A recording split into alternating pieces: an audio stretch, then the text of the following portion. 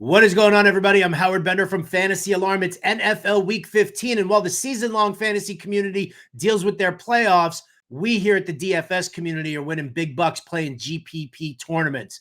Now, in order to win those big bucks, you got to be able to go contrarian with some of your plays, right? Your opponent zigs, you got to zag. So I got some good, solid contrarian plays at each position for you to use for the main slate DFS contest this coming Sunday in Week 15. We'll start at the quarterback position with Lamar Jackson. Yeah, that's right. Baltimore Ravens QB is coming in at 8,300 on DraftKings, 9,000 on FanDuel, but ownership projections have him coming in at less than 2% right now. Why? Because everybody's in on Derrick Henry. He's going to be the chalk play at running back, and everybody just assumes that Henry's going to be taking all of the work. I don't think that's the case entirely here, because I actually think that John Harbaugh is going to want to get his passing attack to also build as much momentum as the rushing attack does moving forward for these final 4 weeks of the regular season. So while everybody's in on Derrick Henry,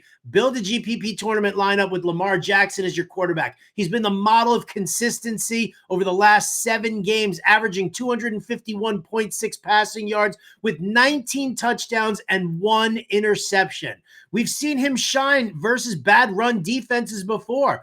He threw against Cincinnati. He threw for 348 yards in Week 5 and then another 290 yards in Week 10. In the last 4 years coming off of a bye, Lamar Jackson's averaged 250 yards and 2 touchdowns per game. That's the average. I think it goes bigger this week against the Giants. At the running back position, somebody please tell me why David Montgomery is being projected as owned at less than 2%. I get it. It's Buffalo against Detroit.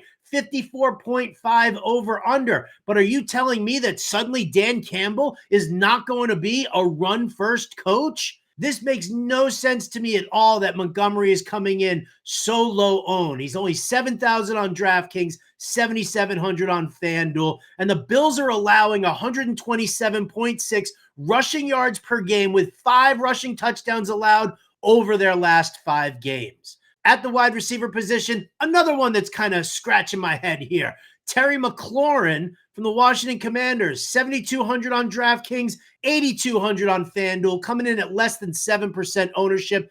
Maybe it is the price tag here, but it's still a little too low. Saints pass defense has allowed an average of 267.2 passing yards per game and 7 touchdowns through the air over their last 5. McLaurin's going to see a lot of Alontae Taylor, and if you know anything about Pro Football Focus cornerback ratings, he does not have a good one. And then finally, at the tight end position, if we're going to use Lamar Jackson, we're going to pair him up with Mark Andrews. That's right, 4,100 on DraftKings, 6,300 on FanDuel, coming in at less than 2% ownership projected right now. Even with Isaiah Likely back, Andrews is playing a higher snap share, and he's seeing more targets. Likely gets used when they're facing a tough run defense because he's the better blocker. The Giants don't have a good run defense, so you know that they're going to be able to mix it in. You're going to see Andrews playing more snaps, and I'm telling you here, he's going to get into the end zone. I almost